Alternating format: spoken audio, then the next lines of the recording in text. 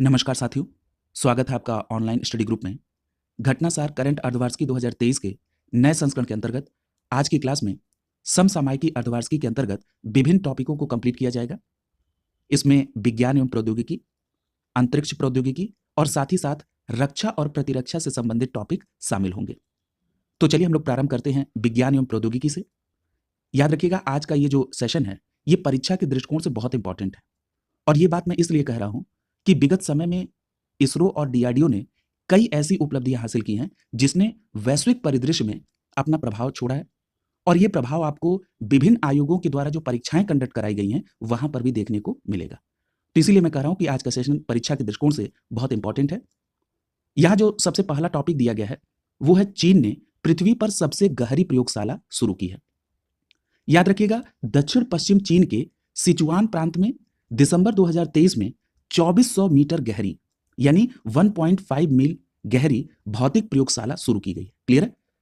तो याद रखेंगे, दक्षिण पश्चिम चीन के सिचुआन प्रांत में 2400 मीटर गहरी भौतिक प्रयोगशाला शुरू की गई है और यह पृथ्वी पर सबसे गहरी प्रयोगशाला होगी। यहां पर एक बात और याद रखिएगा कि जो चीन की प्रयोगशाला है ये जिनपिंग माउंटेन के नीचे है।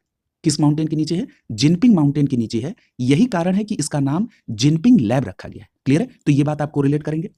और जो इटली की ग्रीन सैसो नेशनल लेबोरेटरी है उससे ये जो जिनपिंग लैब है वो लगभग दोगुनी है। क्लियर है? तो यहां पर दो बातें आपको क्लियर हो रही हैं कि जो ग्रीन सैसो नेशनल लेबोरेटरी है ये कहां पर है? इटली में है और इससे दोगुनी है चीन की जिनपिंग लैब। क्लियर है?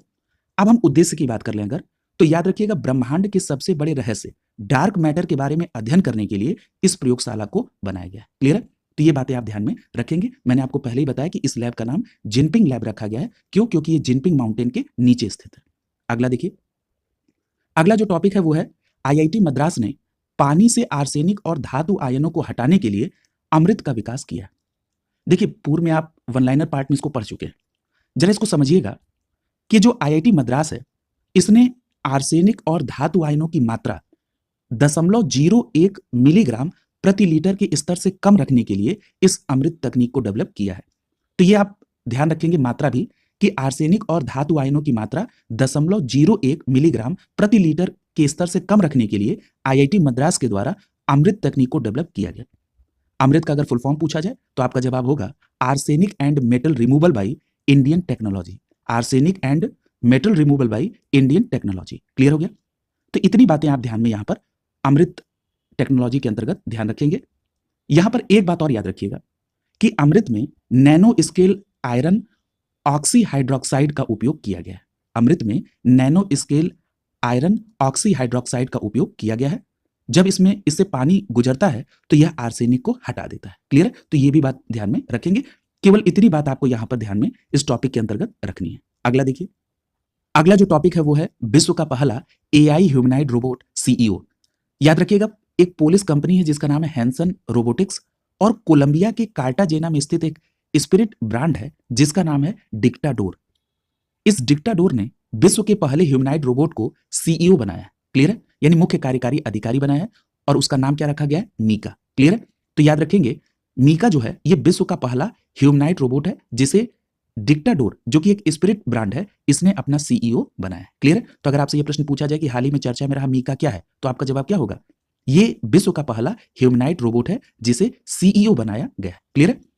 यहां पर एक बात और आपको ध्यान में रखना है कि 2016 में हैंसन रोबोटिक्स ने मीका की बहन सोफिया का अनावरण किया था। क्लियर है? तो यह बात भी आप ध्यान में रखिएगा। अगला देखिए, अगला जो टॉपिक है वो है अमेरिका द्वारा विश्व की पहली चिकनगुनिया वैक्सीन को मंजूरी दी गई। याद रखिएगा, अमेरिका के खाद्य और औषधि प्रशासन यानी एफडीए ने 9 नवंबर 2023 को चिकनगुनिया के पहले टीके इक्सचिक को मंजूरी दी है।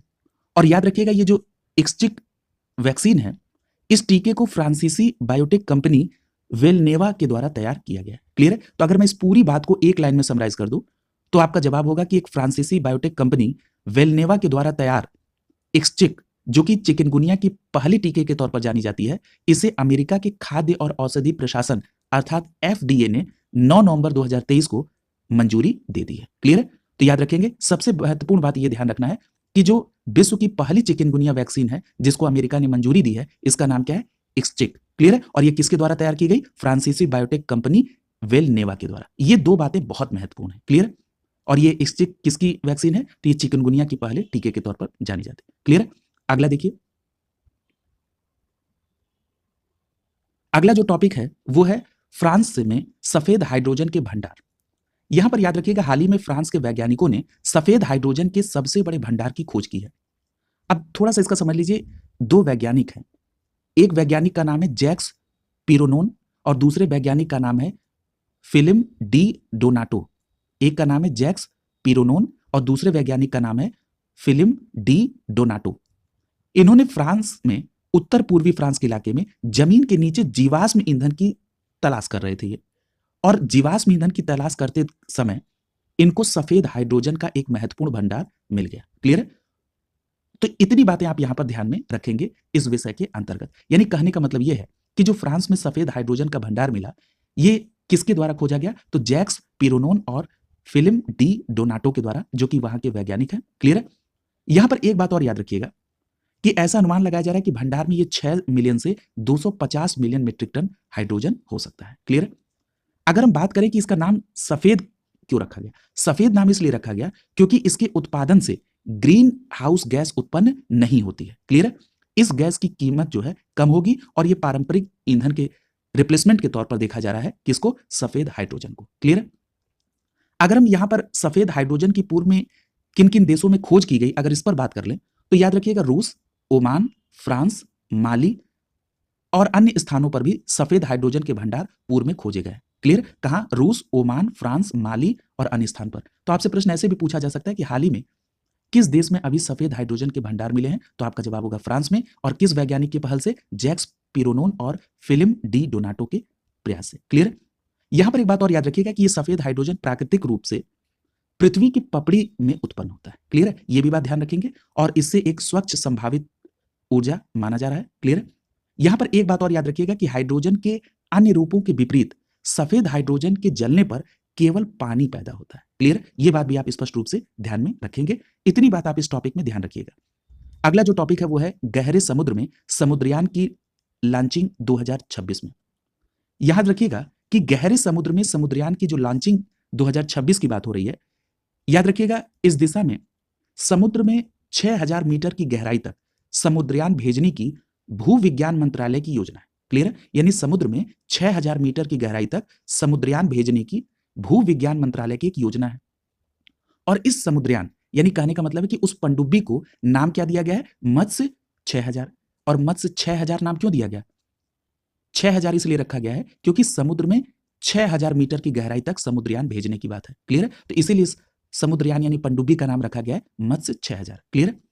यहां पर एक बात और याद रखिएगा कि जो मत्स्य 6000 पनडुब्बी है, इसका निर्माण चेन्नई स्थित national institute of ocean technology अर्थात NIOT द्वारा किया जा रहा है। ये बहुत इंपॉर्टेंट तथ्य है। दो बातें केवल आपको ध्यान रखना है। एक, सबसे पहली बात, अगर ये पूछ लिया जाए कि जो समुद्रयान है जिसको समुद्र के नीचे भेजने का लक्ष्य है वो कितने मीटर तक, तो आपका जवाब होगा 6000 मीटर। या अगर ये पूछ लिया जाए कि समुद्रयान जो भेजा जा रहा है गहराई तक भू विज्ञान मंत्रालय के द्वारा, उसका नाम क्या है, तो याद रखेंगे मत्स्य 6000। और ये सबसे महत्वपूर्ण है कि इस मत्स्य 6000 का निर्माण कहां हो रहा है, तो याद रखेंगे चेन्नई स्थित national institute of ocean technology NIOT। और अगर बहुत चौंकाने वाला प्रश्न बनाना होगा तो एक प्रश्न सीधा स्टैटिक पार्ट से बन जाएगा और आपसे ये पूछ लिया जाएगा कि national institute of ocean technology कहां पर स्थित है। क्लियर है? तो आपका सीधा जवाब क्या होगा? चेन्नई में। देखिए, चर्चा हुई है करंट में, लेकिन प्रश्न बनेगा तो लगेगा कि स्टैटिक पार्ट से प्रश्न बना है। क्लियर? इसीलिए मैं कह रहा हूं कि प्रश्नों की आजकल जो पूछने की प्रकृति है, आप देखेंगे कि जो टॉपिक करंट में चर्चा में है उसी से कोरिलेट करके प्रश्न बनाए जा रहे हैं। क्लियर? आगे देखिए, और जो हम लोग बात कर रहे हैं मत्स्य 6000 की, इस मत्स्य 6000 की लॉन्चिंग कब तक संभावित है? 2026 तक, जो कि हेडिंग में दिया हुआ था। क्लियर? तो इतनी बात आप यहां पर ध्यान में रखेंगे। अगला जो टॉपिक है वो है दुर्लभ धातु टैंटलम की खोज की गई है। क्लियर है? अब देखिए, इस तरह के भी प्रश्न कई बार पूछे गए। बस एक सीधी सी बात पूछी जा सकती है कि हाल ही में चर्चा में रही टैंटलम धातु को किस जगह से खोजा गया? सीधा प्रश्न बनेगा। तो आपका जवाब क्या हो जाएगा? आप सीधा जवाब दे दीजिएगा कि पंजाब में सतलज नदी की रेत में टैंटलम धातु की खोज की गई। क्लियर है? और अगर यह पूछ लिया जाए कि हाल ही में पंजाब में सतलज नदी की रेत में टैंटलम धातु की खोज किसके द्वारा की गई, तब आप सीधे जवाब दीजिएगा IIT रोपड़ के शोधकर्ताओं के द्वारा। क्लियर है? निश्चित रूप से आपका प्रश्न सही हो जाएगा। और याद रखिएगा, ये जो आईआईटी रोपड़ के शोधकर्ता थे, इस टीम का नेतृत्व कौन कर रहा था? तो याद रखिएगा, इस टीम का नेतृत्व असिस्टेंट प्रोफेसर डॉक्टर रेशमी सेबेस्टियन कर रहे थे। क्लियर है? तो अगर मैं इस पूरी बात को एक लाइन में समराइज कर दूं, तो आप कहेंगे आईआईटी रोपड़ के असिस्टेंट प्रोफेसर डॉक्टर रेशमी सेबेस्टियन के नेतृत्व वाली टीम ने सतलज नदी की रेत में टैंटलम धातु की खोज की है। क्लियर है? और ये कहां पर है सतलज नदी का रेत? ये है पंजाब प्रांत में। क्लियर है? तो पंजाब प्रांत में सतलज नदी की रेत में टैंटलम धातु की खोज की गई है। किसके द्वारा? आईआईटी रोपड़ के शोधकर्ताओं के द्वारा। सीधी बात आपको ध्यान में रखनी है। अगर आप किसी कारणवश डॉक्टर रेशमी सेबेस्टियन का नाम भूल भी जाते हैं तो कोई बात नहीं, लेकिन इतना याद रखना है कि टैंटलम धातु पंजाब में सतलज नदी की रेत में खोजी गई और किसके द्वारा? आईआईटी रोपड़ के शोधकर्ताओं द्वारा। क्लियर है? आगे देखते हैं। यहां पर एक बात और याद रखिएगा, अगर आपसे यह प्रश्न पूछ लिया जाए कि टैंटलम कैसी धातु है, तो याद रखिएगा ये जो टैंटलम धातु है, ये कठोर, चमकदार संक्रमण धातु है। दूसरी बात, ये अत्यधिक संक्षारण प्रतिरोधी है। क्लियर? तो ये गुण भी आप ध्यान में रखेंगे टैंटलम का। और जो सबसे महत्वपूर्ण प्रश्न बन सकता है कि जो आईआईटी रोपड़ के द्वारा पंजाब में सतलज नदी की रेत में टैंटलम धातु की खोज की गई, इसका एटॉमिक नंबर कितना है? तो याद रखिएगा, इसका एटॉमिक नंबर है 73। और इसमें इतना लचीलापन होता है कि बिना टूटे ये पतले तार या धागे में परिवर्तित हो सकता है। क्लियर है? तो ये बात भी आप ध्यान में रखेंगे। यहां पर एक बात और याद रखिएगा कि अमेरिकी ऊर्जा विभाग ने यह भी बताया कि 150 डिग्री सेल्सियस से नीचे के तापमान पर रासायनिक हमले के प्रति लगभग पूरी तरह से यह सुरक्षित रहता है। कौन? टैंटलम। क्लियर है? तो यह बात भी आप ध्यान रखेंगे। तो टैंटलम का उपयोग जो है इलेक्ट्रॉनिक सेक्टर में सबसे अधिक किया जाता है। क्लियर है?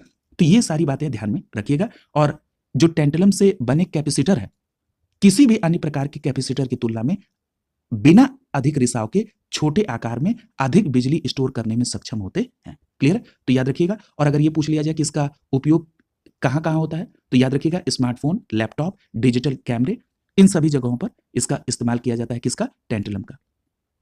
अगला जो टॉपिक है वो है कॉम्पैक्ट सेमीकंडक्टर चिप का पेटेंट भारतीयों को।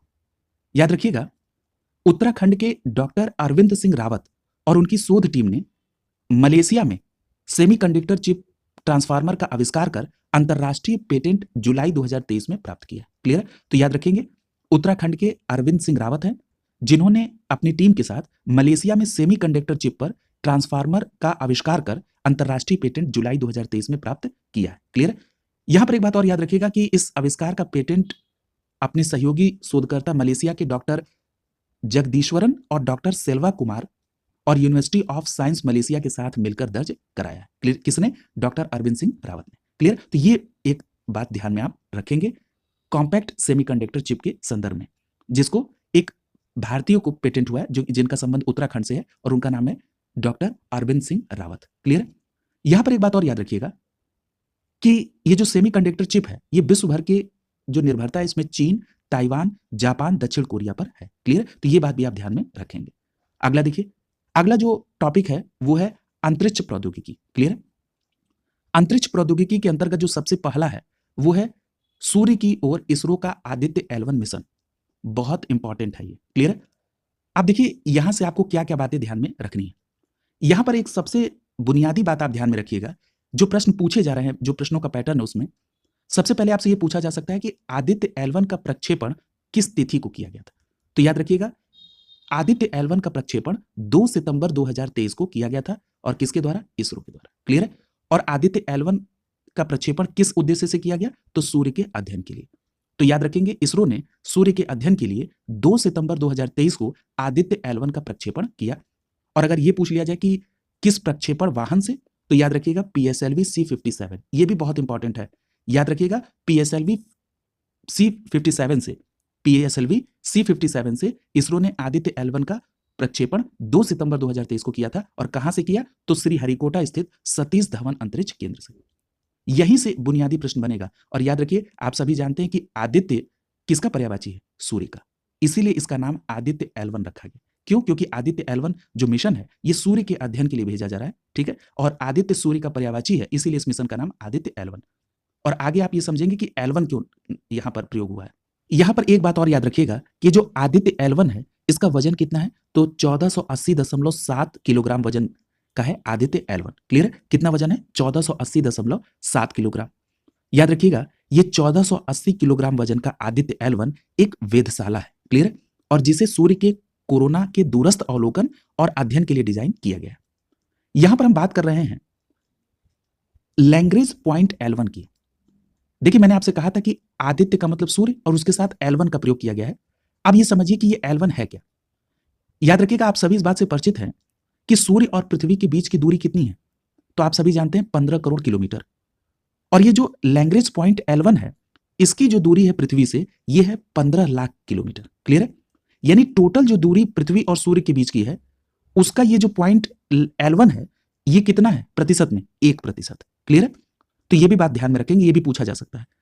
तो याद रखिएगा, पृथ्वी से 15 लाख किलोमीटर दूर पर ये लैग्रेंज पॉइंट L1 है और यहां पर पहुंचने में 127 दिन का समय लगेगा और अब ये पहुंच चुका है 6 जनवरी 2024 को। क्लियर है? अब यहां पर बात कर लेते हैं कि लैग्रेंज पॉइंट है क्या। सबसे पहली बात ये समझ लीजिए कि लैग्रेंज पॉइंट पृथ्वी और सूर्य के बीच में एक ऐसा स्थान है जहां पर पृथ्वी और सूर्य के गुरुत्वाकर्षण के बीच एक संतुलन की स्थिति होती है और जिस बिंदु पर कोई भी अंतरिक्ष यान एक ही स्थान पर स्थिर रह सकता है, उसको नाम दिया गया लैग्रेंज पॉइंट। क्लियर है? अगर मैं बहुत आसान भाषा में आपको कह दूं तो आप ये भी कह सकते हैं कि लैग्रेंज पॉइंट जो है, ये खगोलीय पार्किंग स्थल है। क्लियर है? अब आप समझ गए होंगे। और ये एक ऐसा पॉइंट चुना गया है जहां पर किसी का भी गुरुत्वाकर्षण प्रभावी न रहे। कहने का तात्पर्य यह है कि अगर मान लीजिए वो पृथ्वी के गुरुत्वाकर्षण क्षेत्र में रहा, तब तो वो अपने यहां खींच लेगा, और अगर मान लीजिए सूर्य के क्षेत्र में आया तो वो खींच लेगा, तो फिर वो स्थिर रहेगा कैसे? इसीलिए एक ऐसा पॉइंट चुना गया जहां पर कोई भी अंतरिक्ष यान स्थिर रह सके, तो उस स्थान का नाम रखा गया लैग्रेंज पॉइंट। क्लियर है?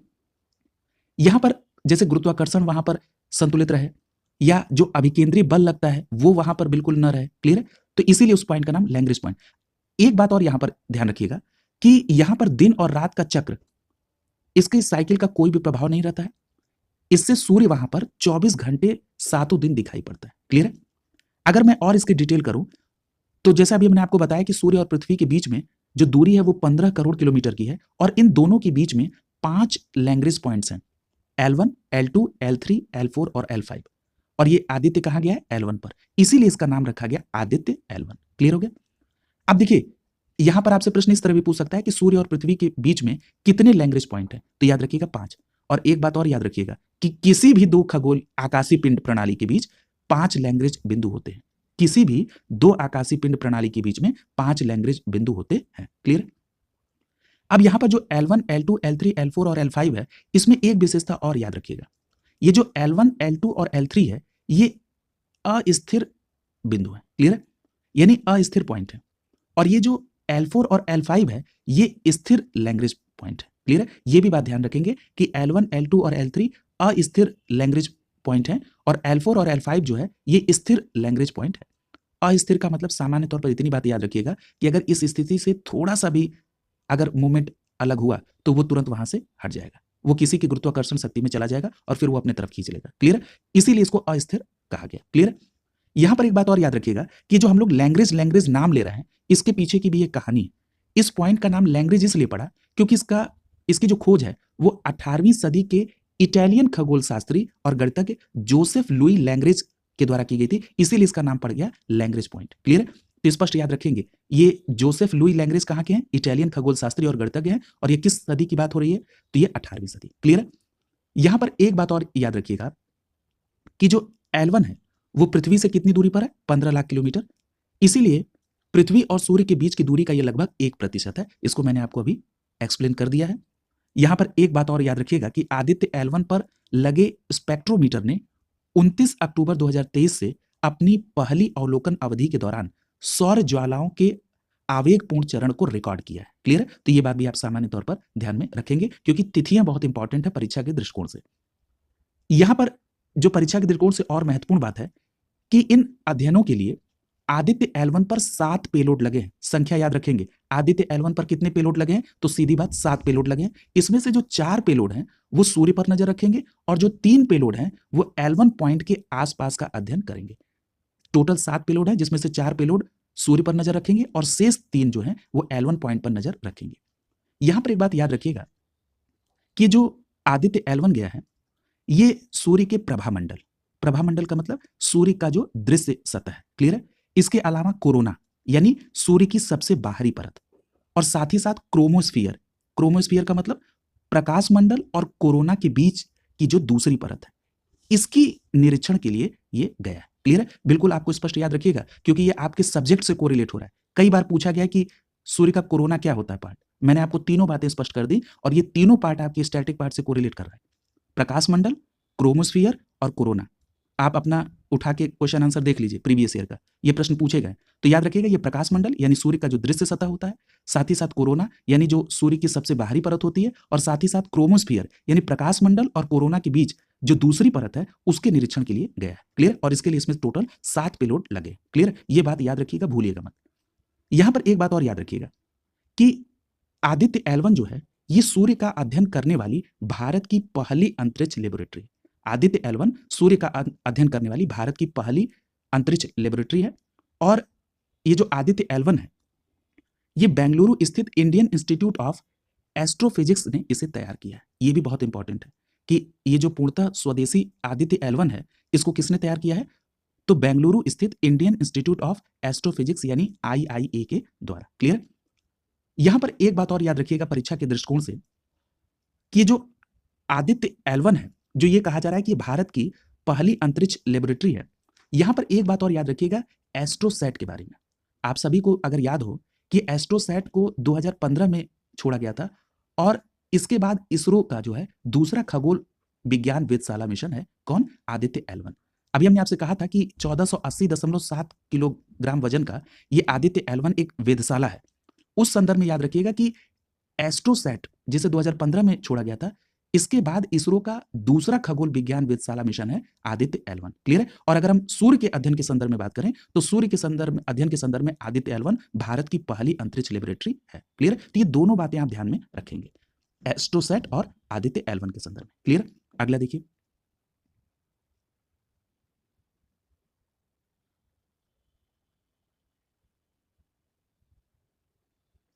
यहां पर एक बात और याद रखिएगा कि 7 नवंबर को आदित्य L1 में लगे HEL 105 ने सोलर प्लेयर्स की पहली हाई एनर्जी एक्सरे की झलक कैद की है। क्लियर है? तो ये जो 7 नवंबर 2023 को आदित्य L1 ने सोलर प्लेयर्स की पहली हाई एनर्जी एक्सरे झलक कैद की, वो क्या लगा है उसमें? HEL 105। क्लियर है? तो ये बात भी आप ध्यान में रखेंगे। यहां पर अगला जो पॉइंट है परीक्षा के दृष्टिकोण से कि ये L1 पॉइंट पर कब पहुंचे, तो आपको मैंने बता दिया 6 जनवरी 2024 को ये पहुंच चुका है। अगला जो टॉपिक है वो है कुलशेखरपट्टिनम, इसरो का दूसरा लॉन्च पोर्ट। यहां पर एक बात याद रखिएगा कि भारतीय अंतरिक्ष अनुसंधान संगठन अर्थात इसरो ने अपने दूसरे स्पेस पोर्ट स्थापित करने का निर्णय लिया है, और ये कहां पर स्थापित होगा? तमिलनाडु के थूथुकुडी जिले के कुलशेखरपट्टिनम में। क्लियर है? तो स्पष्ट याद रखेंगे कि इसरो का दूसरा स्पेस पोर्ट कहां पर स्थापित हो रहा है? तो तमिलनाडु के थूथुकुडी जिले के कुलशेखरपट्टिनम में। क्लियर है? यहां पर एक बात और याद रखिएगा परीक्षा के दृष्टिकोण से, कि जो इसरो का दूसरा स्पेस पोर्ट स्थापित किया जा रहा है कुलशेखरपट्टिनम में, यह विशेष रूप से निजी क्षेत्र के द्वारा विकसित छोटे उपग्रह प्रक्षेपण वाहन अर्थात SSLV के लिए समर्पित होगा। क्लियर है? तो याद रखेंगे ये विशेष रूप से किसके लिए होगा? निजी क्षेत्र द्वारा विकसित किए गए छोटे उपग्रह प्रक्षेपण वाहन यानी SSLV के लिए। SSLV का इंग्लिश में फुल फॉर्म क्या होगा? Small satellite launch vehicle. Clear है? और ये जो स्मॉल सैटेलाइट लॉन्च व्हीकल है, ये 3 चरणीय प्रक्षेपण यान है, जो कि 500 किलोमीटर की कक्षा में 500 किलोग्राम के उपग्रह को लॉन्च करने में सक्षम है। तो ये भी टेक्निकल पॉइंट ध्यान में रखेंगे, क्योंकि कई बार आपको स्टेटमेंट में इस तरह के प्रश्न पूछ लिए जाते हैं। क्लियर है?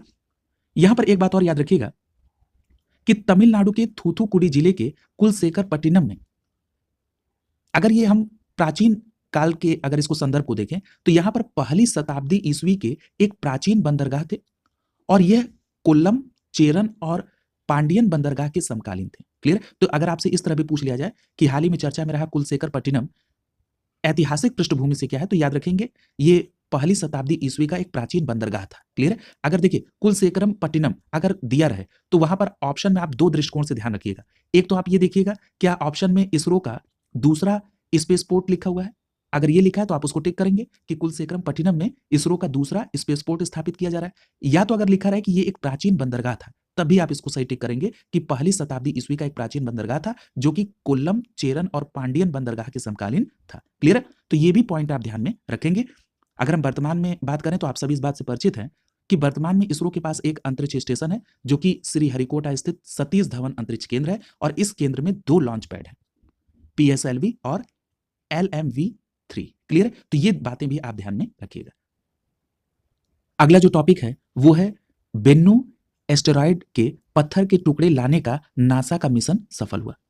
यहां पर जरा इस मिशन के बारे में समझिए, इसके बैकग्राउंड को याद रखिएगा। पृथ्वी से 8.23 करोड़ किलोमीटर दूर पर स्थित वेन्नू क्षुद्र ग्रह से चट्टान या उसके पत्थर के टुकड़ों का सैंपल लाने के लिए अमेरिकी अंतरिक्ष एजेंसी यानी नासा ने 7 वर्ष पूर्व एक मिशन भेजा था जिसका नाम क्या है? उसका नाम है ओसिरिस REX। क्या नाम है? Osiris REX। क्लियर है?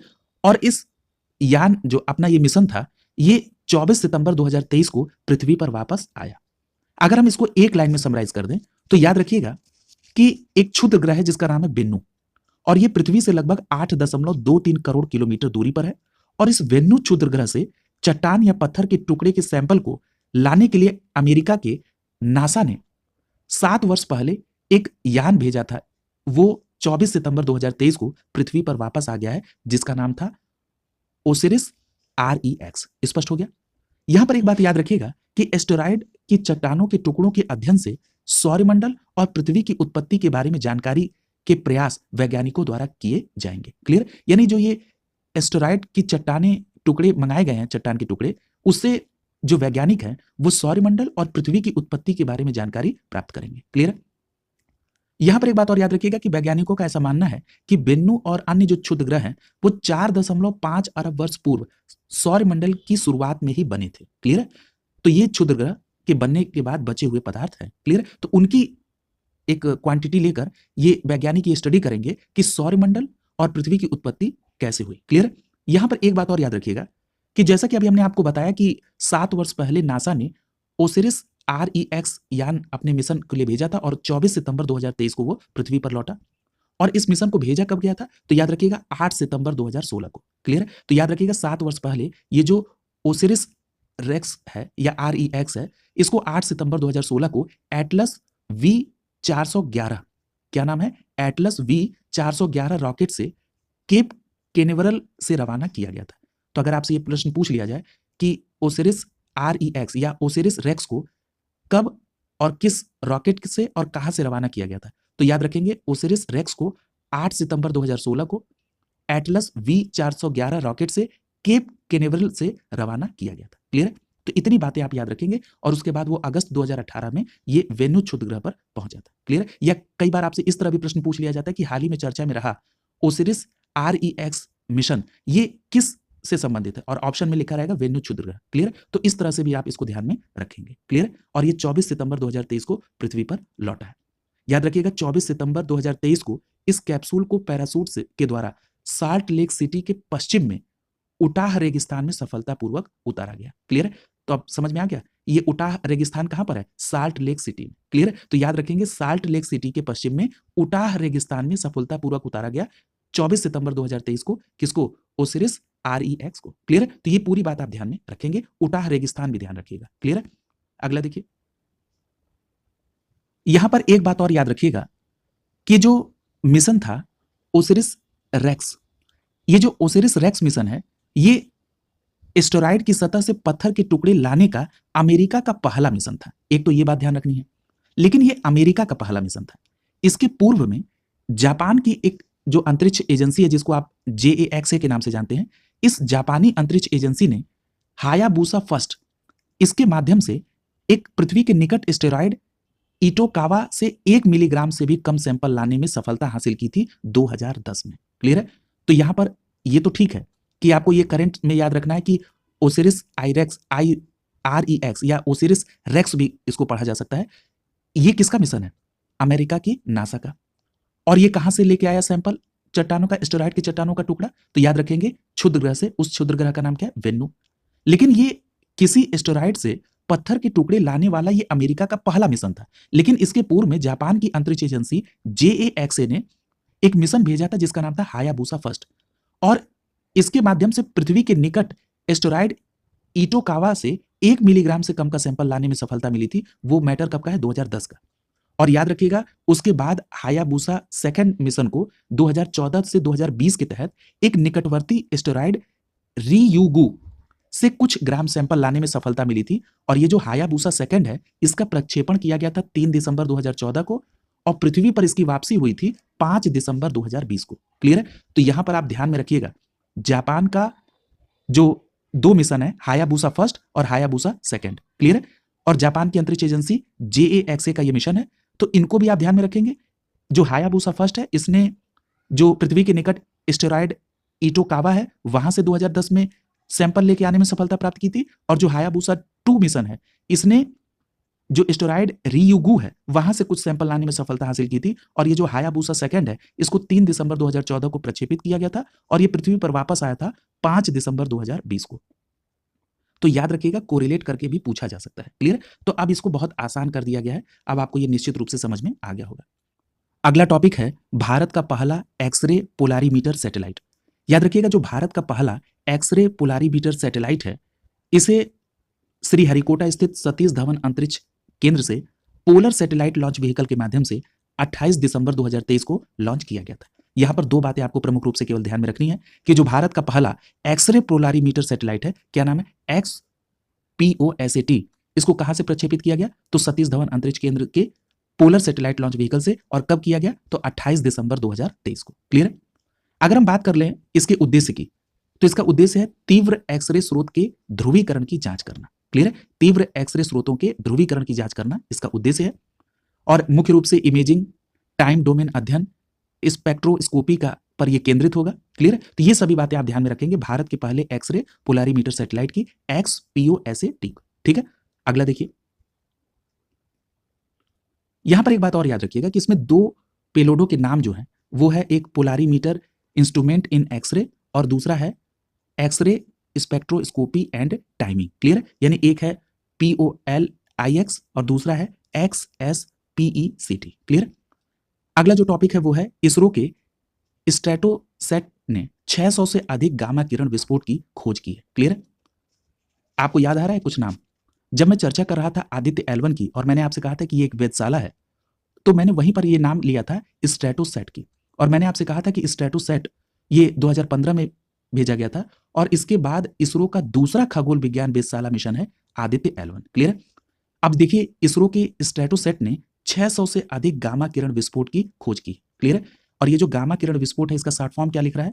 तो इसका शॉर्ट फॉर्म है GRB। क्लियर? आइए जरा इसको डिटेल में देखते हैं। भारतीय अंतरिक्ष अनुसंधान संगठन यानी इसरो की स्ट्रेटोसैट अंतरिक्ष दूरबीन ने 2015 में चालू होने के बाद 600 से अधिक गामा किरण विस्फोटों का पता लगाया है। क्लियर? तो याद रखेंगे अगर यह प्रश्न पूछा जाए कि 600 से अधिक गामा किरण विस्फोटों का पता किसने लगाया, तो आपका सीधा जवाब क्या होगा? स्ट्रेटोसैट अंतरिक्ष दूरबीन ने। क्लियर है? स्ट्रेटोसैट अंतरिक्ष दूरबीन के द्वारा।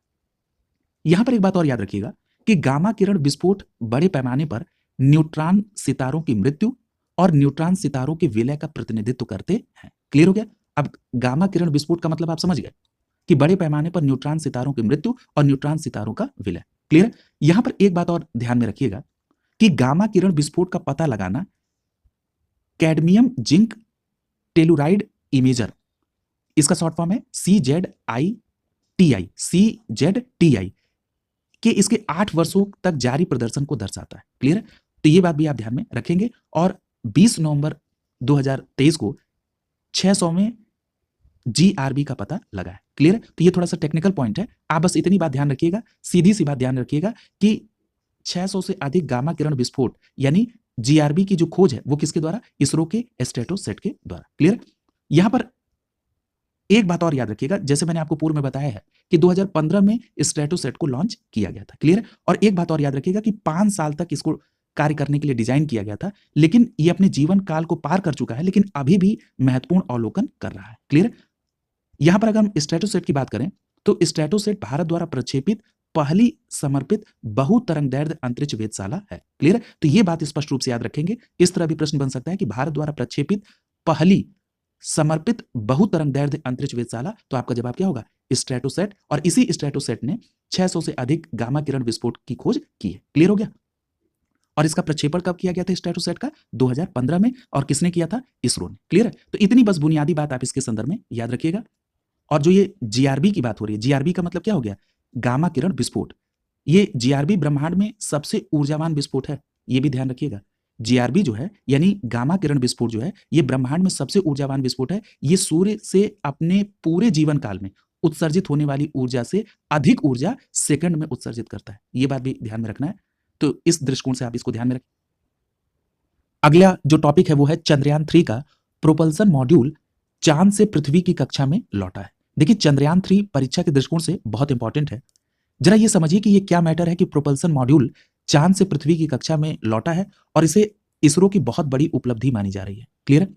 देखिए यहां पर सबसे पहले आप ये समझ लीजिए कि जो चंद्रयान 3 का पीएम है, ये शॉर्ट फॉर्म है प्रोपल्सन मॉड्यूल का। सबसे पहली बात तो ये समझ लीजिए ये क्या है, इसका काम क्या था और ये कैसे लौटा है पृथ्वी पर। तो यहां पर ये समझ लीजिए कि चंद्रयान 3 का ये जो पीएम है यानी प्रोपल्सन मॉड्यूल है, इसका मुख्य लक्ष्य जो है वो लैंडर और रोवर को पृथ्वी के करीब 36,000 किलोमीटर ऊंचाई पर स्थित जियो स्टेशनरी ट्रांसफर ऑर्बिट यानी जीटीओ से चंद्रमा की अंतिम ध्रुवी वृत्ताकार कक्षा तक ले जाना। क्लियर है? यानी ये जो प्रोपल्सन मॉड्यूल है यानी पीएम है, इसका काम इतना था कि लैंडर और रोवर को जियो स्टेशनरी ट्रांसफर ऑर्बिट यानी जीटीओ से चंद्रमा की अंतिम ध्रुवी वृत्ताकार कक्षा तक ले जाना। ठीक है? यहां पर एक फैक्ट और आपको ध्यान रखना है। यहां यह भी पूछा जा सकता है कि जियो स्टेशनरी ट्रांसफर ऑर्बिट पृथ्वी से कितनी ऊंचाई पर स्थित है? तो याद रखेंगे 36,000 किलोमीटर की ऊंचाई पर। क्लियर? अब ये तो इसका मेन काम था। इसने जब पीएम ने यानी प्रोपल्सन मॉड्यूल ने यह काम कर दिया यानी लैंडर और रोवर को इस कक्षा में पहुंचा दिया, तो उसके बाद पीएम जो है ये चंद्रमा की परिक्रमा शुरू कर दिया। क्लियर है? याद रखिएगा इसमें कई सारे और उपकरण लगे हैं जिसमें सेप नाम भी है। सेप का फुल फॉर्म देख लीजिए, स्पेक्ट्रोपोलरीमीटर हैबिटेबल प्लेनेट अर्थ। फिर से मैं एक बार रिपीट कर रहा हूं, सेप का फुल फॉर्म है स्पेक्ट्रोपोलरीमीटर हैबिटेबल प्लेनेट अर्थ। यहां पर एक बात और याद रखिएगा, ये जो उपकरण है वो किसमें लगा है? इसी प्रोपल्सन मॉड्यूल में। क्लियर है? तो ये सारी चीजें हैं जो काम करना शुरू कर दिया। ये वैज्ञानिकों की प्री प्लानिंग नहीं थी कि ये प्रोपल्सन मॉड्यूल को वापस लाना है। इसमें 1 महीने का ईंधन बच गया था, तब वैज्ञानिकों ने एक नए परीक्षण का विचार किया और इस बचे हुए ईंधन से पीएम को वापस पृथ्वी पर लाने के लिए योजना बनाई और एट लास्ट याद रखिएगा 22 नवंबर 2023 को इसने पृथ्वी के निकटतम बिंदु को प्राप्त कर लिया। क्लियर है? तो ये बात ध्यान रखिएगा। और इसने 10 नवंबर को चंद्रमा के प्रभाव क्षेत्र से ये बाहर निकल गया। इतनी बात आपको यहां पर ध्यान में रखनी है, क्योंकि देखिए यहां पर आपको बहुत डिटेल, मैंने आपको स्टार्टिंग में कहा था कि जब किसी भी मैगजीन में कोई टॉपिक कवर किया जाता है तो 2 दृष्टिकोण होते हैं। एक होता है फैक्ट देना उसमें, जो कि आपके प्रीलिम्स जैसे परीक्षाओं के लिए उपयोगी है या एक दिवसीय परीक्षाओं में उपयोगी है, और दूसरे तथ्य वो होते हैं जो उस टॉपिक की समझ को विकसित करने हैं। लेकिन अभी आपका जो समय है वो आपको केवल वो फैक्ट देखने हैं जो परीक्षा के दृष्टिकोण से महत्वपूर्ण है। क्लियर? आगे अगर मेंस जैसी क्लासेस में जब चर्चा होगी तो हम लोग इसके डिटेल टॉपिक को देखेंगे। तो इतनी बात आप ध्यान में रखेंगे कि चंद्रयान 3 का जो प्रोपल्सन मॉड्यूल है यानी पीएम है, वो चांद से पृथ्वी की कक्षा में लौटा है और इसकी तिथि जो है 22 नवंबर 2023 को। क्लियर? देखिए चंद्रयान 3 के बारे में आप डिटेल में पहले से ही पढ़ चुके हैं, इसी सीरीज के अंतर्गत आपको पढ़ाया जा चुका है। उसको मैं यहां पर संक्षिप्त जरा परिचय दे देना चाहता हूं। आपने ये पढ़ा है कि जो चंद्रयान 3 है इसको 14 जुलाई 2023 को श्रीहरिकोटा स्थित LVM-3 MK4 यानी जिसको पूर्व में आप GSLV मार्क 3 कह रहे थे, उसके द्वारा इसको प्रक्षेपित किया गया था। क्लियर है? और ये जो चंद्रयान 3 है ये पहुंचा कब था? तो याद रखिएगा 23 अगस्त 2023 को। क्लियर है? तो ये तिथि भी याद रखेंगे। और आपको पता है कि बाद में इसी 23 अगस्त को राष्ट्रीय अंतरिक्ष दिवस घोषित किया गया और जिस मतलब चंद्रमा पर जहां पर ये उतरा था विक्रम लैंडर, वहां पर जो नाम दिया गया वो शिव शक्ति दिया गया था। वहीं आपने ये भी पढ़ा था कि चंद्रयान 2 के लैंडर के चंद्रमा से टकराने वाले स्थल को तिरंगा पॉइंट नाम दिया गया था। ये सभी बातें आपको यहां पर मुख्य रूप से ध्यान में रखनी होगी। क्लियर है? एक चंद्र दिवस द्वारा एक चंद्र दिवस का मतलब 14 पृथ्वी दिवस होता है, ये भी बात आपको उस समय बताई गई थी। क्लियर है? तो ये सभी बातें आप ध्यान में रखेंगे। मैंने संक्षिप्त आपको रिकॉल करा दिया। अगला देखिए।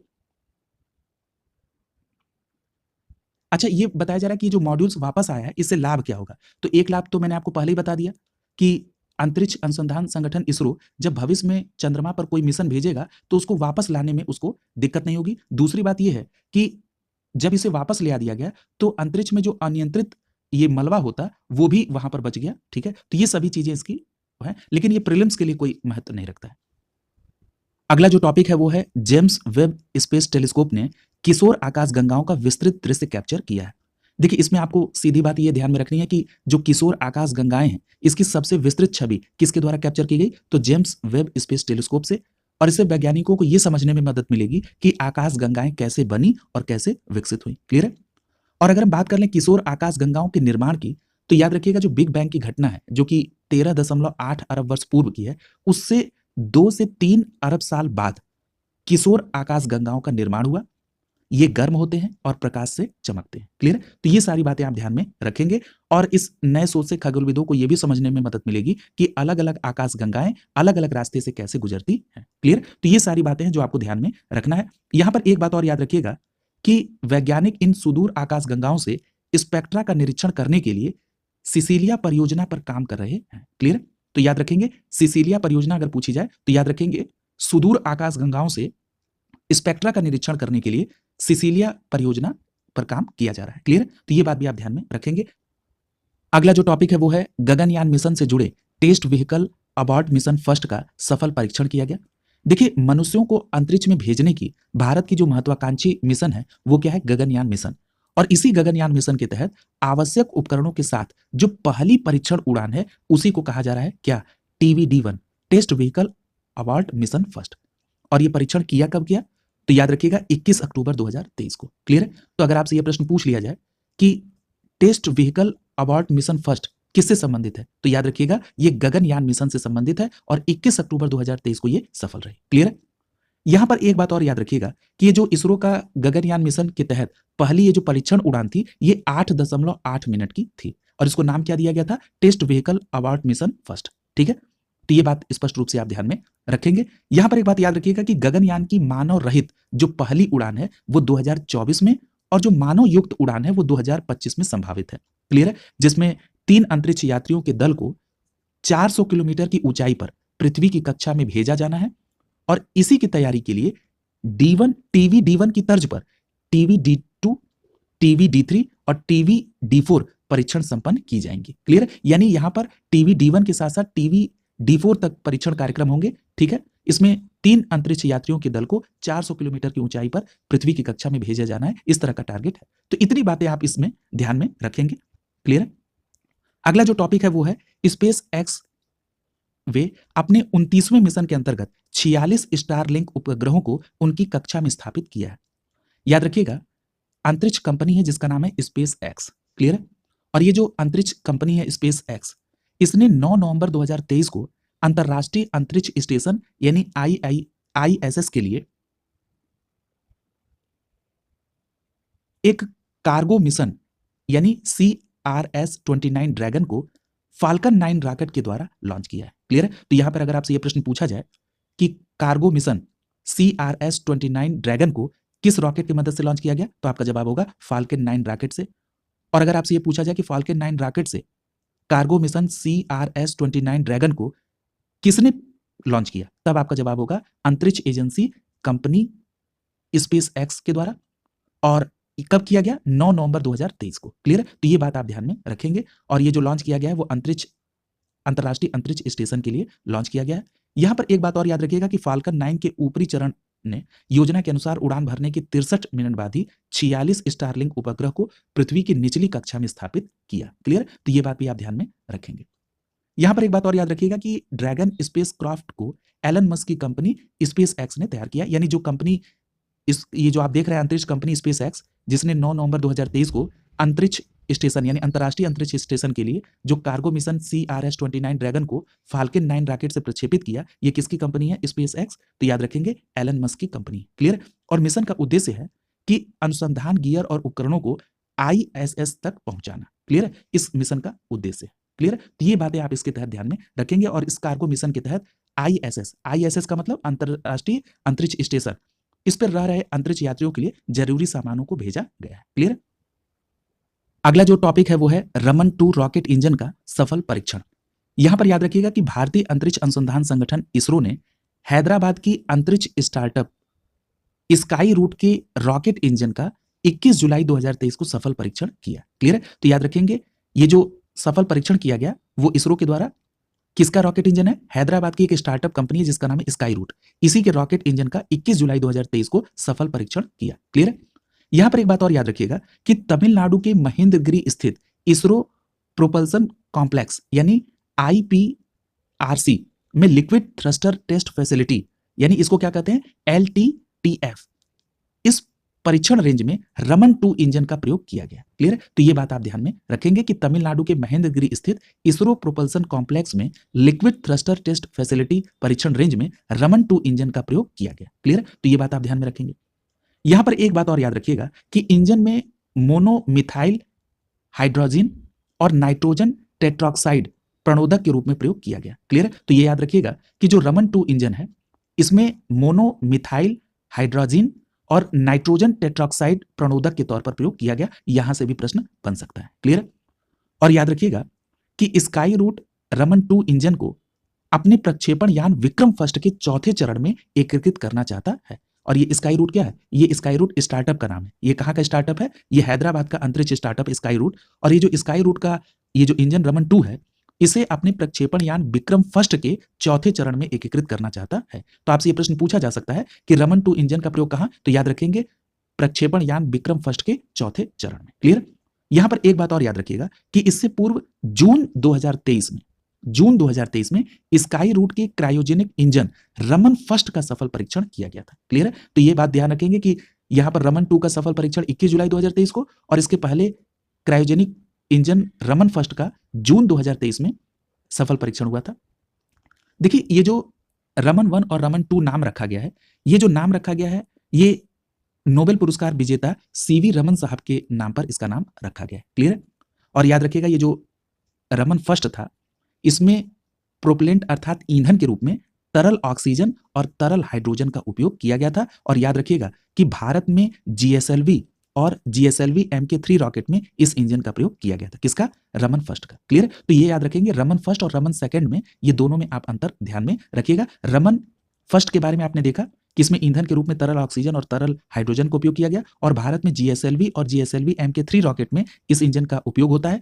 लेकिन आप इस बात को ध्यान में रखेंगे कि जो रमन 2 है इस इंजन को स्काई रूट चाहता है कि वो अपने प्रक्षेपण यान विक्रम फर्स्ट के चौथे चरण में एकीकृत करे। क्लियर? तो ये दोनों अंतर को आप देना स्पष्ट याद रखेंगे। और एक बात और याद रखिएगा कि नवंबर 2022 में स्काई रूट एरोस्पेस ने भारत का पहला निजी रूप से विकसित रॉकेट विक्रम एस का सफल परीक्षण किया था। क्लियर? तो याद रखेंगे नवंबर 2022 में स्काई रूट एरोस्पेस ने भारत का पहला निजी रूप से विकसित रॉकेट विक्रम एस का सफल परीक्षण किया था। ये भी फैक्ट इंपॉर्टेंट।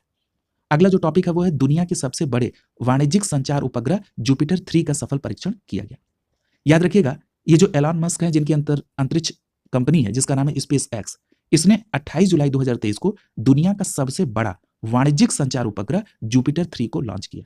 तो अगर आपसे ये प्रश्न पूछा जाए कि जुपिटर 3 क्या है तो आपका जवाब क्या होगा? दुनिया का सबसे बड़ा वाणिज्यिक संचार उपग्रह है जिसको स्पेस एक्स अंतरिक्ष एजेंसी के द्वारा 28 जुलाई 2023 को लॉन्च किया गया। क्लियर? यहां पर एक बात और याद रखिएगा कि स्पेस एक्स के फॉल्कन के लॉन्च कॉम्प्लेक्स हैवी रॉकेट ने फ्लोरिडा में नासा के कैनेडी स्पेस सेंटर 39A से मैक्सर टेक्नोलॉजी द्वारा निर्मित अब तक के सबसे बड़े उपग्रह जुपिटर 3 को सफलतापूर्वक लॉन्च किया है। क्लियर? तो ये बातें भी आप ध्यान रखेंगे कि फॉल्कन रॉकेट से लॉन्च कहां पर से लॉन्च हुआ है? फ्लोरिडा में नासा के कैनेडी स्पेस सेंटर 39A से इसे लॉन्च किया गया और किस टेक्नोलॉजी से? मैक्सर टेक्नोलॉजी द्वारा निर्मित। क्लियर? ये उपग्रह जुपिटर 3 जिसको लॉन्च किया गया। तो इतनी बातें आप इसमें ध्यान में यहां पर रखेंगे।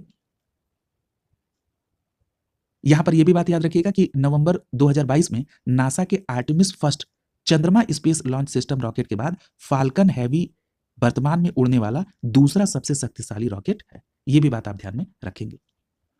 अगला देखिए, और ये जो जुपिटर 3 है इसे इको स्टार 24 भी कहा जाता है। याद रखेंगे जुपिटर 3 को इको स्टार 24 भी कहा जाता है। क्लियर है? और जो जुपिटर 3 है यानी जो इको स्टार 24 है ये अति उच्च घनत्व वाला उपग्रह है और इसकी क्षमता 500 गीगावाट प्रति सेकंड है। क्लियर है? तो ये भी टेक्निकल पॉइंट इसके संदर्भ में याद रखेंगे। बस इतनी बात आपको यहां पर जुपिटर 3 यानी इको स्टार 24 के बारे में ध्यान में रखनी है। और अगर इसका आपसे वजन पूछा जाए तो 2948 किलोग्राम इसका वजन है। अगला जो टॉपिक है वो है रक्षा और प्रतिरक्षा। इसमें जो सबसे पहला पॉइंट दिया गया वो है वायु रक्षा प्रणाली समर का सफल परीक्षण किया गया। याद रखिएगा, देश में ही विकसित ये जो समर है ये वायु रक्षा मिसाइल प्रणाली है, और ये जो परीक्षण किया गया समर का, ये परीक्षण अस्त्र शक्ति अभ्यास 2023 के दौरान किया गया। क्लियर है? यहां पर एक बात और याद रखिएगा कि सतह से हवा में वार करने वाली ये प्रणाली भारत में प्रवेश करने वाली दुश्मन की मिसाइलों पर आवाज की गति से 2.5 गुना तेजी से वार करके उसको रोक सकती है। क्लियर है? तो याद रखेंगे, अगर मान लीजिए कि किसी दुश्मन ने कोई मिसाइल छोड़ी, तो जो आवाज की गति से 2.5 गुना तेज गति जो होती है, उससे ये सतह से हवा में वार करके उसे रोक लेगी। क्लियर है? यहां पर एक बात और याद रखिएगा कि जो समर है इसका फुल फॉर्म क्या है। तो समर का फुल फॉर्म है surface to air missile for assured retaliation. Full form क्या है? Surface to air missile for assured retaliation, ये समर का फुल फॉर्म है। क्लियर? और रूस की जो पुरानी हवा से हवा में वार करने वाली मिसाइल प्रणाली थी, उसी का उपयोग करते हुए वायुसेना के रखरखाव कमान ने दिल्ली स्थित 7 बेस रिपेयर डिपो में इसे विकसित किया। क्लियर? तो ये भी बात आप ध्यान रखेंगे कि इसको विकसित कहां किया गया?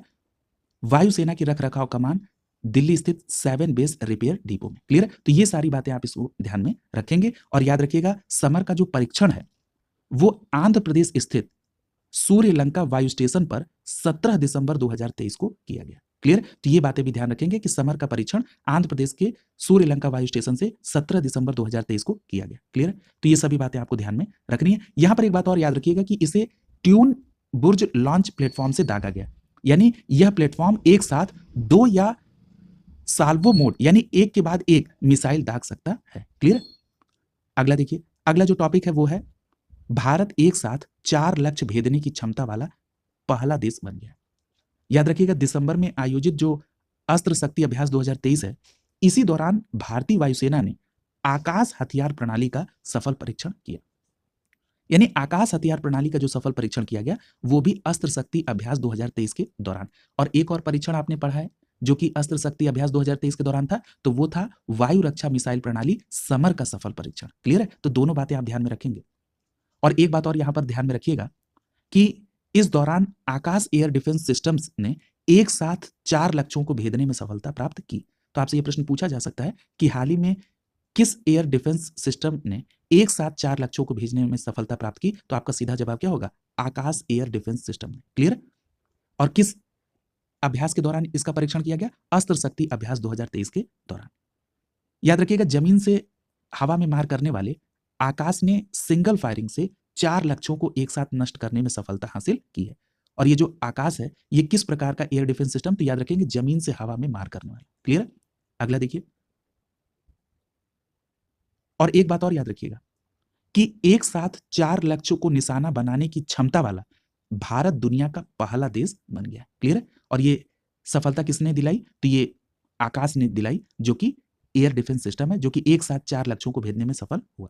अगला देखिए, यहां पर एक बात और आपको ध्यान में रखना होगा कि जो आकाश प्रणाली है ये भारत की पहली स्वदेशी मध्यम श्रेणी की मिसाइल है। क्लियर है? यहां से भी प्रश्न पूछा जाता है, तो याद रखेंगे कि भारत जो है वो पहली स्वदेशी मध्यम श्रेणी की मिसाइल आकाश का उसने सफल परीक्षण किया है। क्लियर? तो ये बात ध्यान में रखेंगे। अगला जो टॉपिक है वो देखिए, आईएनएस तरमुगली को नौसेना में शामिल किया गया।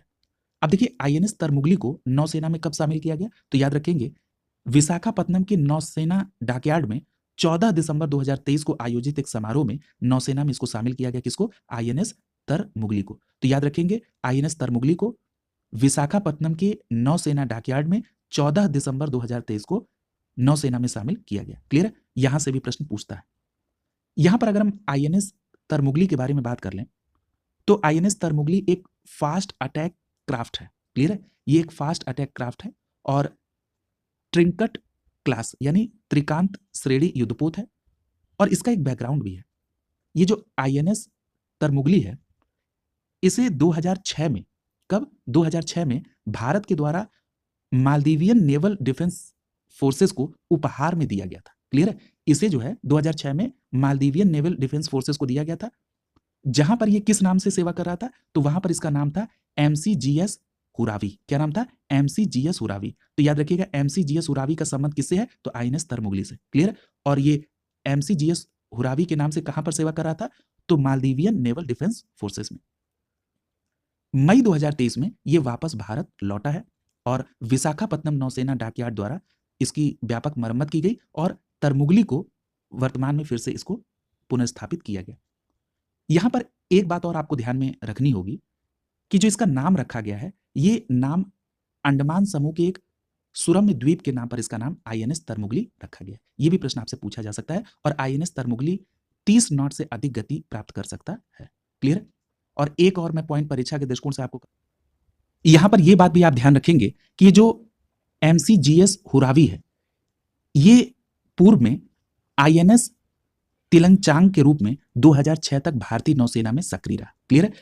तो देखिए यहां पर एक क्रम अगर मैं आपको सीक्वेंस बता दूं, तो जो वर्तमान में 14 दिसंबर 2023 को आईएनएस तरमुगली को नौसेना में शामिल किया गया, सबसे पहले ये आईएनएस तिलंगचांग के नाम से भारतीय नौसेना में था, लेकिन 2006 में भारत के द्वारा मालदीवियन नेवल डिफेंस फोर्सेस को ये उपहार स्वरूप दे दिया गया। जब ये मालदीवियन नेवल डिफेंस फोर्सेस के पास पहुंचा तो वहां पर इसका नाम रखा गया एमसीजीएस हुरावी।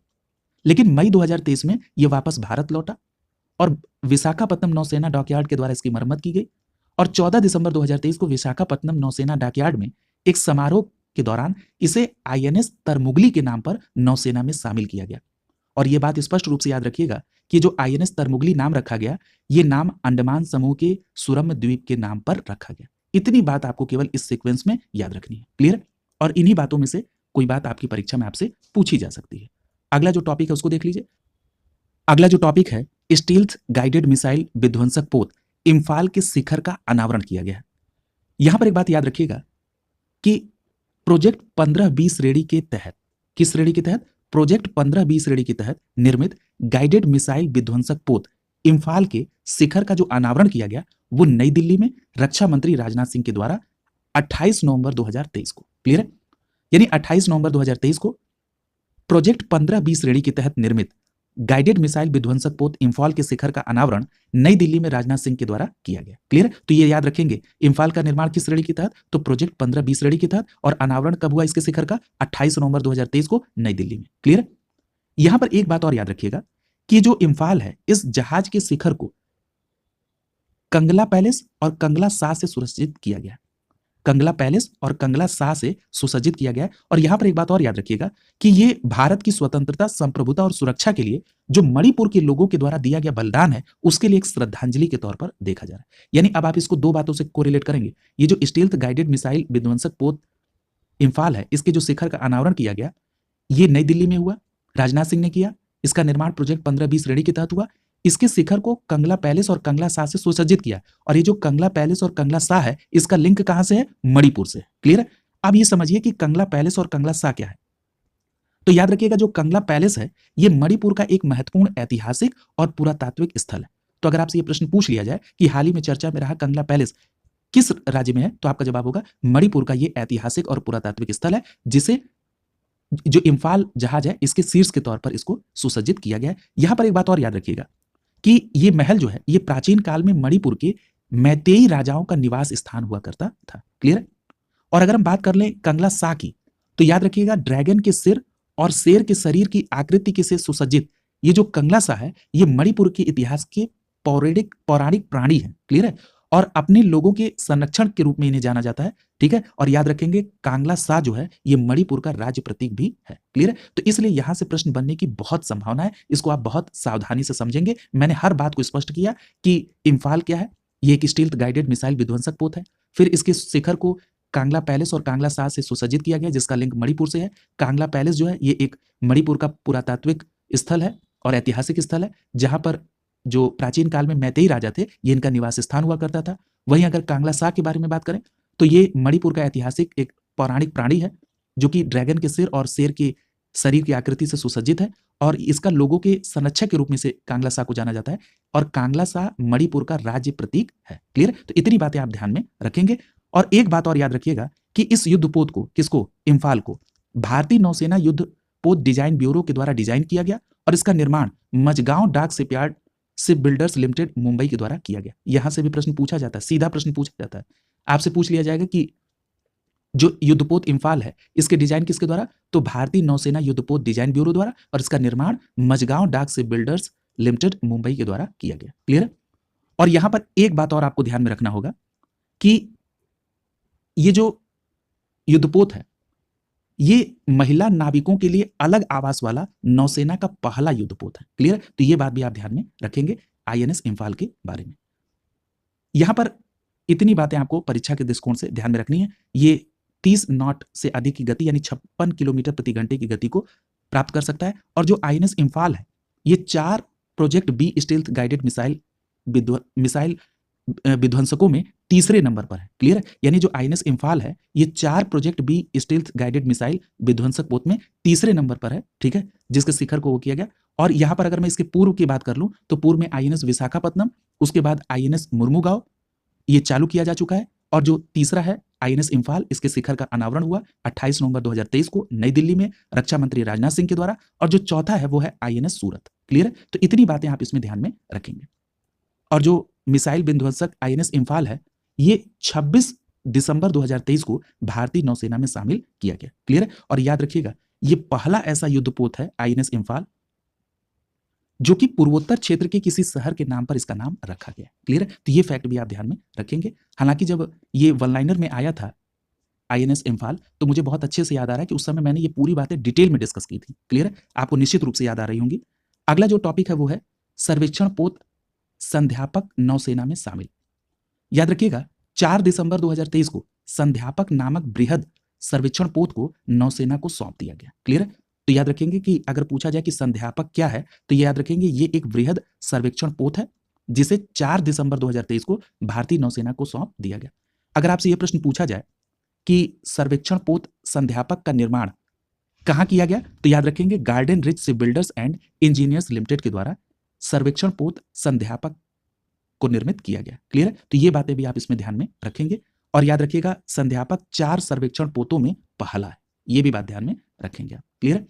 और 30 अक्टूबर को 2018 को एक समझौता हुआ था रक्षा मंत्रालय और garden rich ship builders and engineers limited के बीच में कि 4 सर्वेक्षण पोत बनेंगे, जिसमें से पहला ये संध्यापक है। क्लियर है? तो याद रखेंगे, अगर आपसे पूछा जाए कि जो संध्यापक पोत है, इसके निर्माण के लिए किसके बीच में समझौता हुआ था, तो रक्षा मंत्रालय और garden rich ship builders and engineers limited के बीच 30 अक्टूबर 2018 को। और उसके बाद ये जो संध्यापक नामक सर्वेक्षण पोत है, ये 4 दिसंबर 2023 को भारतीय नौसेना को सौंपा गया। क्लियर है? तो इतनी बात आप इसमें ध्यान में रखेंगे।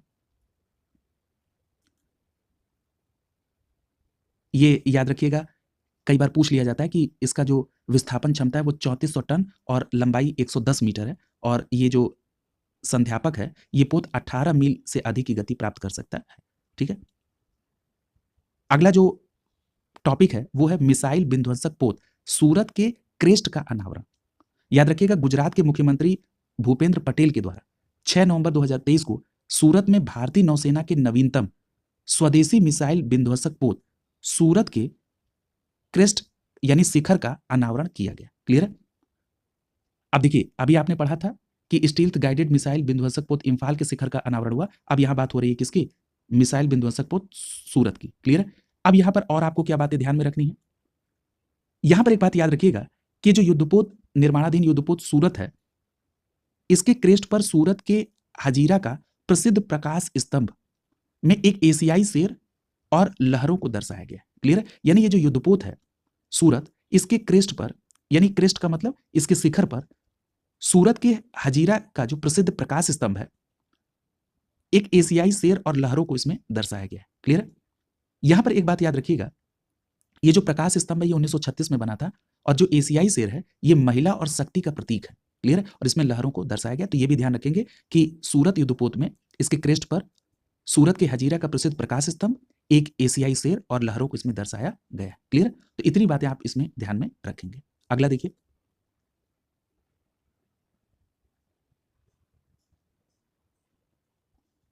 यहां पर एक बात और आपको ध्यान में रखनी है कि जो अभी आपने पढ़ा था स्टील्थ गाइडेड मिसाइल विध्वंसक पोत इम्फाल, जो कि तीसरा था, ये अभी हमने आपसे बताया था चौथा सूरत है।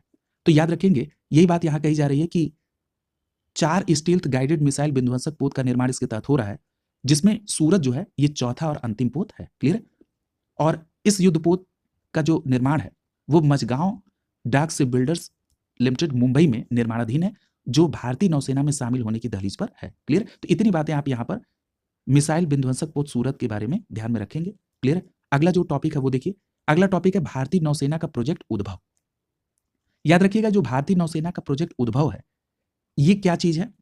तो यहां पर याद रखिएगा देश की जो हजारों साल पुरानी सांस्कृतिक विरासत है, उस विरासत में जो सैन्य प्रणाली है या जो शासन कौशल है या जो युद्ध कला है, जैसे चाणक्य की बात कर लें या तमिल दार्शनिक तिरुवल्लुवर द्वारा लिखी तमिल ग्रंथ तिरुवक्कुलर में जो विभिन्न युद्ध कलाएं दी गई हैं, उनको किस प्रकार से हम यूज कर सकते हैं, उनसे कैसे हम सीख सकते हैं, इसी से संबंधित है प्रोजेक्ट उद्भव। क्लियर है? और इस प्रोजेक्ट उद्भव की जो शुरुआत है वो रक्षा मंत्री राजनाथ सिंह ने 21 अक्टूबर 2023 को नई दिल्ली में भारतीय सैन्य विरासत महोत्सव के उद्घाटन अवसर पर किया। तो याद रखेंगे प्रोजेक्ट उद्भव का उद्घाटन किसने किया? तो रक्षा मंत्री राजनाथ सिंह ने। कहां पर? नई दिल्ली में 21 अक्टूबर 2023 को भारतीय सैन्य विरासत महोत्सव के उद्घाटन अवसर पर। क्लियर? तो अब आपको समझ में आ गया कि प्रोजेक्ट उद्भव क्या है। तो याद रखिएगा जो प्रोजेक्ट उद्भव है ये भारतीय सेना प्राचीन ग्रंथों के माध्यम से युद्ध कला, कूटनीति, रणनीति को नए सिरे से देखने और समझने की इच्छा रखती है। इस उद्देश्य से यह प्रोजेक्ट उद्भव चलाया गया। क्लियर है? और याद रखिएगा इसे भारतीय सेना और United services institute of India, मैं फिर से रिपीट कर रहा हूं, United service institution of India यानी यूएसआई की साझेदारी में लॉन्च किया गया। क्लियर है? तो याद रखेंगे प्रोजेक्ट उद्भव को किसके कोलैबोरेशन से? भारतीय सेना और United service institution of India के साझेदारी में लॉन्च किया गया। क्लियर है? तो ये बातें आप ध्यान में रखेंगे। अगला जो टॉपिक है वो है विभव एंटी टैंक माइंस भारतीय सेना में शामिल। यानी अगर आपसे पूछा जाए कि विभव क्या है तो आपका जवाब क्या होगा? Anti tank mines.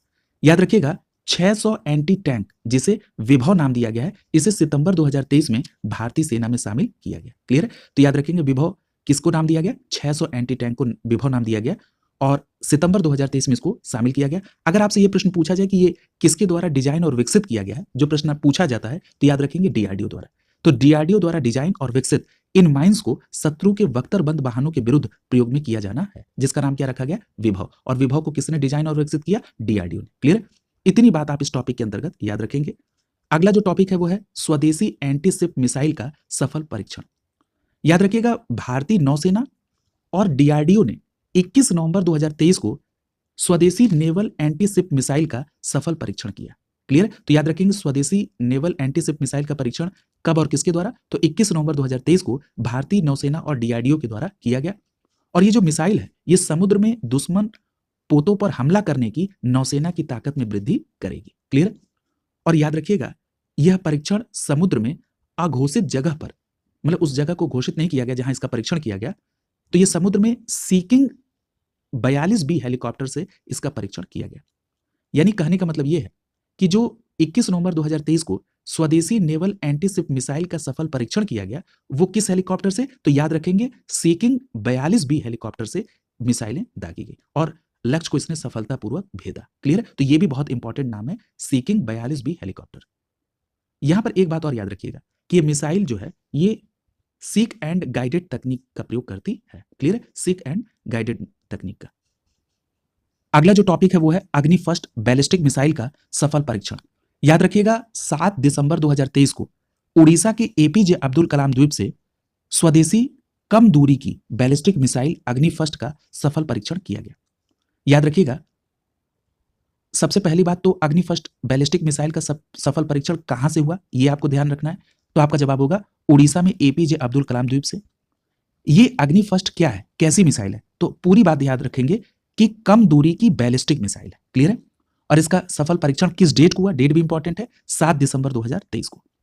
यहां पर एक बात और आपको ध्यान रखना है कि सतह से सतह मार करने वाली इस परमाणु सक्षम मिसाइल को किसने विकसित किया? तो आपका जवाब होगा डीआरडीओ ने। क्लियर है? तो यहां पर दो बातें, अग्नि फर्स्ट जो कम दूरी की बैलिस्टिक मिसाइल है ये सतह से सतह में मार करने में सक्षम है और ये परमाणु सक्षम मिसाइल है। और दूसरी बात, इसको विकसित किसने किया? डीआरडीओ ने। अगर हम ये बात कर लें कि अग्नि फर्स्ट की मारक क्षमता कितने किलोमीटर है, तो आपका सीधा जवाब होगा 700 किलोमीटर मारक क्षमता है अग्नि फर्स्ट की और इसकी जो रेंज है वो 700 से 2500 किलोमीटर तक है। क्लियर है? तो याद रखेंगे 700 से 2500 किलोमीटर तक मारक क्षमता है किसकी? अग्नि फर्स्ट की। इसको आगे तक बढ़ाया जा सकता है। क्लियर है? तो ये बातें आप यहां पर ध्यान में रखेंगे। एक बात और आप यहां पर ध्यान रखिएगा कि इसका जो पहला परीक्षण था वो 25 जनवरी 2002 को हुआ था। क्लियर है? तो ये भी बात ध्यान रखेंगे कि इसका जो पहला परीक्षण था वो 25 जनवरी 2002 को हुआ था और 7 दिसंबर 2023 को उड़ीसा के एपीजे अब्दुल कलाम द्वीप से इस स्वदेशी कम दूरी की बैलिस्टिक मिसाइल अग्नि फर्स्ट का सफल परीक्षण हुआ। ठीक है? और ये डीआरडीओ द्वारा विकसित सतह से सतह मार करने वाली परमाणु सक्षम मिसाइल है और इसकी मारक क्षमता कितनी है? 700 किलोमीटर से लेकर 2500 किलोमीटर। क्लियर है? तो ये पूरी बातें आप यहाँ पर अग्नि फर्स्ट के बारे में याद रखेंगे और इसका पहला जो परीक्षण हुआ था वो 25 जनवरी 2002 को हुआ था। अगला देखिए, अगला जो टॉपिक है वो है बैलिस्टिक मिसाइल एसआरबीएम प्रलय का सफल परीक्षण। याद रखिएगा 7 नवंबर 2023 को उड़ीसा तट के पास अब्दुल कलाम द्वीप से सतह पर मार करने वाली कम दूरी की बैलिस्टिक मिसाइल प्रलय का सफल परीक्षण किया गया। तो अब प्रलय कैसी मिसाइल है? ये कम दूरी की बैलिस्टिक मिसाइल है। क्लियर है? जैसे कम दूरी की बैलिस्टिक मिसाइल अग्नि फर्स्ट थी, उसी तरह से कम दूरी की बैलिस्टिक मिसाइल है कौन? प्रलय। क्लियर है? और प्रलय भी सतह से सतह मार करने वाली कम दूरी की बैलिस्टिक मिसाइल है और इसका परीक्षण कब हुआ? 7 नवंबर 2023 को। कहां से? उड़ीसा के अब्दुल कलाम द्वीप। क्लियर है? तो ये बात भी आप ध्यान में रखेंगे। 7 नवंबर को प्रलय का परीक्षण हुआ और 7 दिसंबर को अग्नि फर्स्ट का। क्लियर है? यहां पर एक बात और आपको ध्यान में रखना है कि जो प्रलय मिसाइल है इसको किसके द्वारा विकसित किया गया? तो याद रखेंगे डीआरडीओ के द्वारा ही प्रलय मिसाइल को विकसित किया गया। क्लियर है? और यह मिसाइल हवा में एक निश्चित सीमा तक तय करने के बाद अपना मार्ग बदलने में सक्षम है।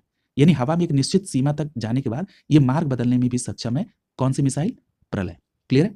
यहां पर एक बात और याद रखिएगा, अगर हम इसकी दूरी की बात कर लें तो जो प्रलय है वो 350 से 500 किलोमीटर की दूरी की बैलिस्टिक मिसाइल है और जो अग्नि फर्स्ट की आपने मारक क्षमता देखी थी वो कितनी थी? 700 से 2500 किलोमीटर। क्लियर है? तो इसकी प्रलय की कितनी है? तो ये 350 से 500 किलोमीटर दूरी की बैलिस्टिक मिसाइल है और इसकी भार वहन करने की जो क्षमता है वो 500 से 1000 किलोग्राम है। क्लियर है? तो ये बातें ध्यान रखेंगे।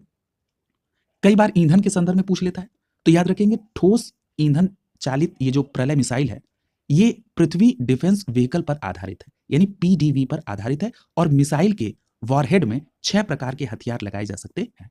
किसमें? प्रलय में। क्लियर है? तो इतनी बातें आप बैलिस्टिक मिसाइल प्रलय के बारे में याद रखेंगे। अगला जो टॉपिक है वो है ब्रह्मोस मिसाइल के वायु संस्करण का सफल परीक्षण। याद रखिएगा भारतीय वायुसेना ने 18 अक्टूबर 2023 को लंबी दूरी की हवा से लॉन्च की जाने वाली ब्रह्मोस क्रूज मिसाइल का सफल परीक्षण किया और यह परीक्षण बंगाल की खाड़ी में किया गया और ये ब्रह्मोस मिसाइल के जो वायु संस्करण का परीक्षण हुआ कब हुआ? 18 अक्टूबर 2023 को और यह परीक्षण वायुसेना ने किया। कहां पर? बंगाल की खाड़ी में।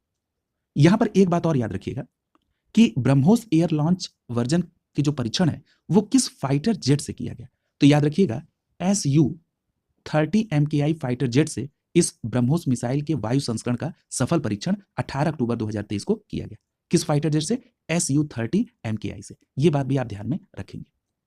यहां पर एक बात और इसमें इंक्लूड कर लीजिए कि जो BrahMos air launch version missile है ये सुपरसोनिक हथियार प्रणाली का उन्नत संस्करण है और इस मिसाइल की जो मारक क्षमता है वो कितनी है? 290 किलोमीटर। Important fact. क्लियर है? यानी ये जो ब्रह्मोस मिसाइल का जो वायु संस्करण है जिसका सफल परीक्षण हुआ 18 अक्टूबर को, इसकी जो मारक क्षमता है वो 290 किलोमीटर है। यहां पर एक बात और याद रखिएगा कि ब्रह्मोस को 2005 में भारतीय नौसेना में शामिल किया गया था और सुपरसोनिक की स्पीड से यह मिसाइल अपने लक्ष्य तक 200 से 300 किलोग्राम का विस्फोटक ले जाने में सक्षम है। क्लियर? तो ये सभी बातें आप ब्रह्मोस मिसाइल के संदर्भ में याद रखेंगे। आज की क्लास यहीं पर कंप्लीट होती है। अगला जो टॉपिक है वो है नवीनतम पुस्तकें। क्लियर है? ये एक छोटा टॉपिक है लेकिन यहां से 1 या 2 प्रश्न निश्चित रूप से बनते हैं। इसको हम लोग अगली क्लास में कंप्लीट कर लेंगे। 1 बाय 1 सभी पार्ट कंप्लीट करा दिए गए हैं। कुछ महत्वपूर्ण पार्ट बचे हैं जैसे नवीन पुस्तकें और आर्थिक घटनाक्रम का पार्ट बचा हुआ है वो भी कंप्लीट करा दिया जाएगा। शुभकामनाओं के साथ आप सभी का बहुत बहुत धन्यवाद।